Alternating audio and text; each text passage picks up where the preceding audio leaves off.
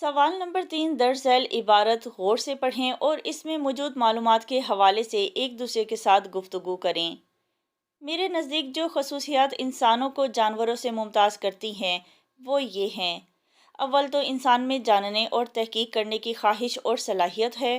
دوم، یہ کہ وہ خواب دیکھتا ہے اور کسی نہ کسی نصب العین کو سامنے رکھتا ہے، اگرچہ اکثر اوقات یہ نصب العین بالکل مبہم کہتے ہیں مشکوک کو جس میں شک پایا جائے، غیر یقینی اور غلط سلط ہوتا ہے، پھر بھی ہوتا تو ہے۔ تیسرا اور زیادہ اہم شرف انسان کو یہ حاصل ہے کہ وہ اپنے خیالی منصوبوں کو اپنے طبعی ظرفات اور زندہ دلی سے درست کر سکتا ہے۔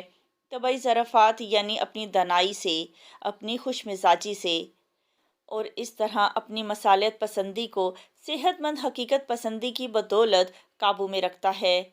انسان کا امتیاز یہ بھی ہے، یعنی اس کی خصوصیت یہ بھی ہے کہ ماحول اور فضا کے بارے میں اس کا رد عمل ہمیشہ یکساں اور لگا بندھا نہیں ہوتا جیسا کہ جانوروں کا ہوتا ہے، بلکہ انسان کو یہ صلاحیت دی گئی ہے کہ وہ آزادی سے اپنا رد عمل معلوم کر سکے اور اگر چاہے تو اپنا ماحول بھی بدل سکے۔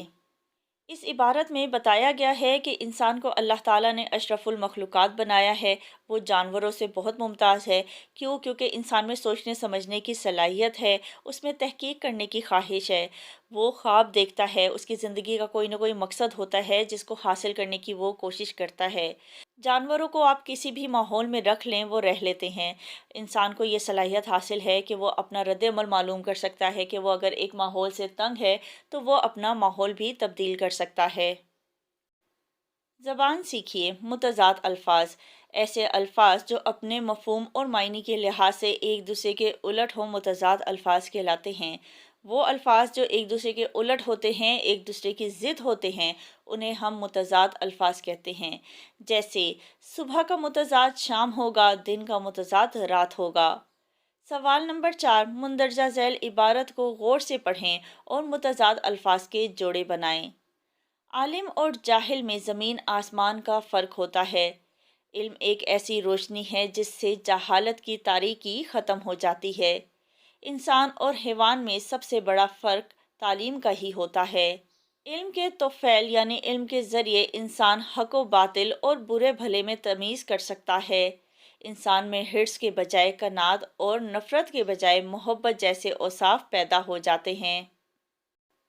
الفاظ اور ان کے متضاد۔ عالم کا متضاد ہے جاہل، حق کا متضاد ہے باطل، زمین کا متضاد ہے آسمان، برے کا بھلے، روشنی کا متضاد ہے تاریکی، حرص کا متضاد ہے قناعت، انسان کا متضاد ہے حیوان اور نفرت کا متضاد ہے محبت۔ سوال نمبر 5 مندرجہ ذیل محاوروں کے معنی لغت میں تلاش کریں اور ان کے جملے بھی بنائیں۔ باغ باغ ہونا معنی ہے اس کا بہت خوش ہونا۔ جملہ ہے دن بھر محنت مشقت کرنے کے بعد مزدور اپنی اجرت ملنے پر باغ باغ ہو گیا۔ جلا بخشنا معنی ہے اس کا نکھار دینا۔ آپ کے الفاظ نے میرے خیالات کو جلا بخشا ہے۔ گلا گھونٹنا معنی ہے اس کا گلا دبانا۔ غریب کی غربت نے اس کی تمام خواہشوں کا گلا گھونٹ دیا۔ ناک میں دم کرنا معنی ہے بہت پریشان کرنا۔ بچوں نے شور کر کر کے ماں کی ناک میں دم کر دیا ہے۔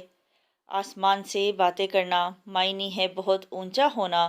کوہ ہمالیہ کی چوٹی آسمان سے باتیں کرتی ہے۔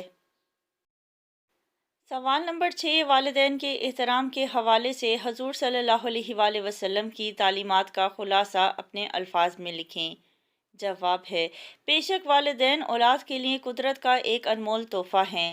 نبی پاک صلی اللہ علیہ وآلہ وسلم نے اپنی امت کو تعلیم فرمائی کہ والدین کی اطاعت و تابع فرمانی کو اپنی زندگیوں کا جزو لازم بنا لو، ورنہ والدین کی نافرمانی کبیرہ گناہ ہے۔ حدیث مبارکہ میں ہے کہ جو 3 لوگ جنت میں داخل نہ ہوں گے ان میں سے ایک والدین کا نافرمان بھی ہے۔ حضور صلی اللہ علیہ وآلہ وسلم کے کتنے ہی فرمان ایسے ہیں جن میں نبی پاک صلی اللہ علیہ وآلہ وسلم نے اپنے امتیوں کو اپنے والدین کے ساتھ حسن سلوک کی نصیحت فرمائی۔ والدین بوڑھے ہو جائیں تو ان کے آگے اونچی آواز میں بات نہ کی جائے، ان کے حکم کی تعمیل کی جائے۔ والدین کا احترام کرنے والے دنیا میں اعلیٰ مقام پا لیتے ہیں۔ ایک مقام پر آپ صلی اللہ علیہ وآلہ وسلم نے ارشاد فرمایا کہ باپ جنت کے دروازوں میں بیچ کا دروازہ ہے، اگر تو چاہے تو اس دروازے کی حفاظت کر یا اس کو ضائع کر دے۔ ان تمام احادیث مبارکہ سے یہ ثابت ہوتا ہے کہ والدین کی خوشنودی حقیقت میں اللہ تعالیٰ کی خوشنودی ہے۔ سوال: آپ والدین کے احترام کے سلسلے میں کن باتوں کا خیال رکھتے ہیں؟ اپنے ساتھیوں کو بتائیں۔ جواب: میں مندرجہ ذیل باتوں کا خیال رکھتا ہوں۔ میں اپنے والدین کا ادب کرتا ہوں، ان کی ہر کام میں مدد کرتا ہوں۔ جب وہ آتے ہیں تو ان کے احترام میں کھڑا ہو جاتا ہوں۔ ہر نماز میں اپنے والدین کے لیے دعا مانگتا ہوں۔ اپنے والد صاحب کے پیچھے پیچھے چلتا ہوں۔